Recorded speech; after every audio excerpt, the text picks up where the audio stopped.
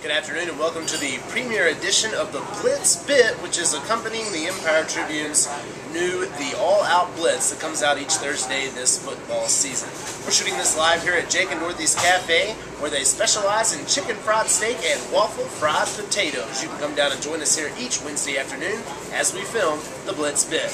I'm Brad Keith, the sports editor at the Empire-Tribune, and this is Nathan Burrell, a staff writer there, and he's also the sports editor at the nearby Glenrose Reporter. Today we're going to talk about the first games of the season openers all around, and Nathan, it could be more exciting because we've got rivals clashing all over the place Thursday, Friday, and Saturday. That's right. I'm looking forward to that Stephenville-Aledo football game. Unfortunately, I'm not going to be able to be there. I have to be in Bridgeport for the Glenrose Bridgeport game. However, I will have my my Facebook on my iPhone updated. The Empire-Tribune this year is doing some live coverage via Facebook and Twitter, so that's how I'm going to get my Stephenville-Aledo fill this year. And I'm sure I'll be getting feedback from you on the Glenrose Bridgeport debacle as well. Of course, Stephenville-Aledo, just one of the games going on. Thursday night, 7:30 p.m., Tarleton Memorial Stadium. Bob Servetto is going to go back to where he coached for 26 years. But he's going back as the head coach of the Dublin Lions. But they're facing probably an uphill battle as they are kind of rebuilding under Servetto against the Heiko Tigers, who were in the playoffs last year. Well, they are facing an uphill battle, but this whole Servetto experience, I guess, that Dublin's going through isn't about week one. It's not ever going to be about this week right now. Right now, Bob Servetto is in the process of rebuilding that program from a program that went 2-28 in the past 3 seasons, and whether they win or lose against Heiko Thursday night, it's not going to matter, because it's really about getting the kids out there and showing them that football is fun again. And I think that's what Bob Servetto is trying to do over there at Dublin. We're going to go more into detail on these matchups in just a second. First, the rest of the games, or the other game, Stephenville Faith and Lingleville facing off at 7:30 Saturday. And Bluffdale, both of those are second-year programs, and both started off against each other last year in their first game back on the gridiron. The other game this weekend going on, Dublin Premier on Saturday will visit Brownwood Victory Life, and that's at 7:30 on Friday night. First game ever for Dublin Premier. But Nathan, let's kick this off by talking about the game everyone wants to hear about. Whether you're going to another game or not, you want to know what's going on in this one. Stephenville and Aledo has to be probably as good as a season opening matchup as you're going to find anywhere in Texas. Well, it is. I mean, back-to-back state championships for Aledo.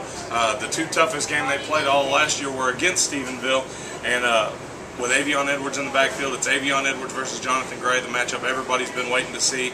And I think what's going to be interesting here is how well the quarterbacks play for these two schools. Talking to the Aledo head coach, Tim Buchanan, said that Matthew Bishop is much stronger, much faster, and a better passer at this point this year than he was last year. Connor Washington, returning All-State honorable mention guy, in his third year as the starter for Stephenville High School. And I think we know what the running backs are going to bring to this game. It's going to be very interesting to see what the quarterbacks do in this matchup. Absolutely, and of course, Bishop has Michael Mann back on the outside. He's a very dangerous receiver. They're going to try to move him around and get some mismatches, you can bet, where they can. But other than that, his receiving core is very green. Connor Washington, on the other hand, has back his whole cast of receivers. They also have more height on the outside. Bryce Gunner's 6'3", and then they also have a 6'1" target on the other side in Hunter Bernays. Talk about what that height will bring to the Stephenville passing game that they haven't had in shorter receivers in past years. Well, you know, one name you didn't mention is going to be Whit Resbrook. He was the leading receiver last year. He is going to switch over and play defense a little bit this year. Going to start at the outside linebacker position, so that's going to hurt a little bit on the offense. But like you said, you've got the size on the outside with Bernays and Gunner,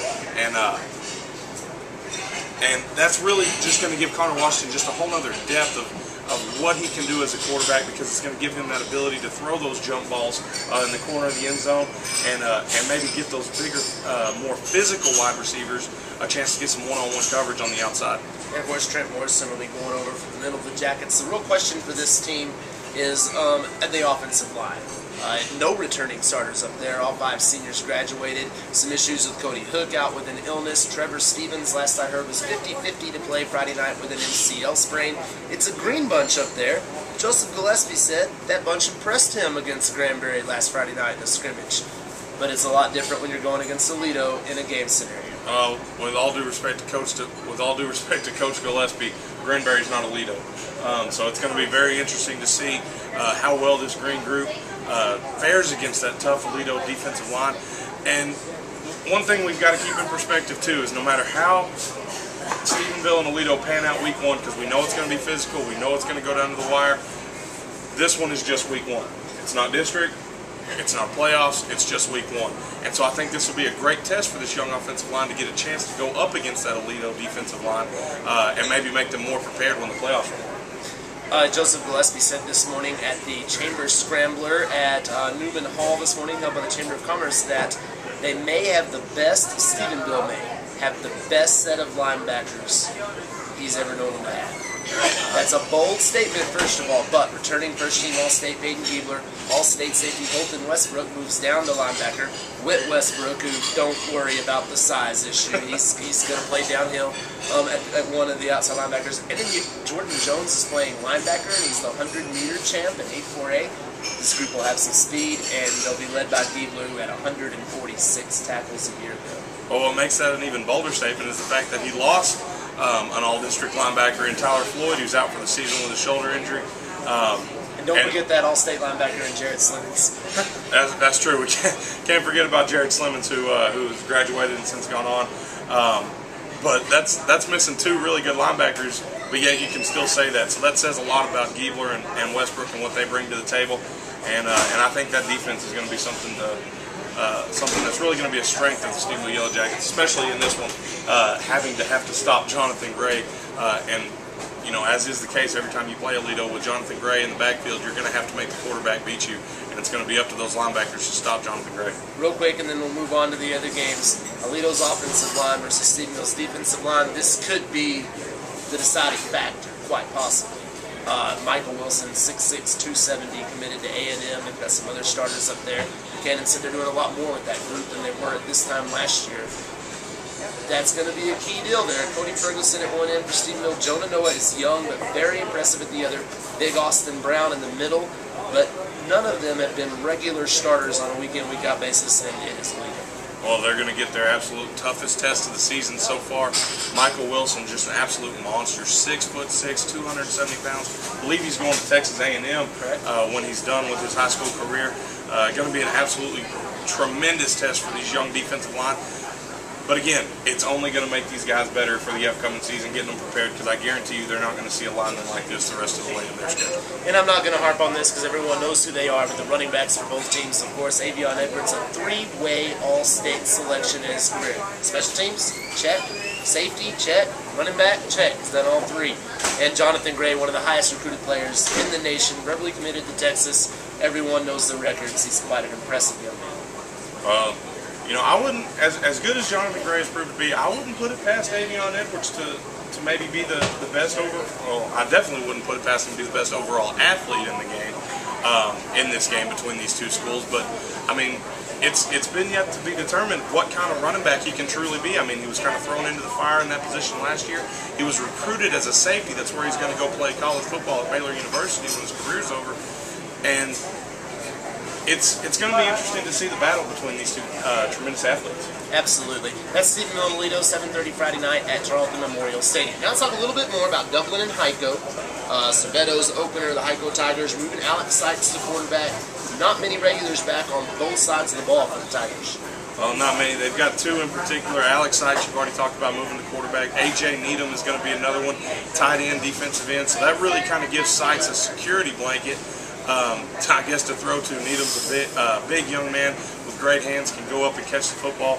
And it's going to be tough. It's going to be up to the Dublin linebackers, really, to be the one guarding Needham, because you can't put a corner on a tight end. Also, with getting back to Heiko, it's going to be new for Alex Sykes because they're putting in a new spread offense. They really want to air the ball out, spread the field out, which is also going to give Sykes the ability to run the ball if the field's wide open and spread. It's going to allow Sykes to get out in the open field and do some running, which he's been doing for the past 3 years. And don't think for a second that the Heiko Tigers will drop back into a one-back offense and use that old wing T stuff from time to time as well.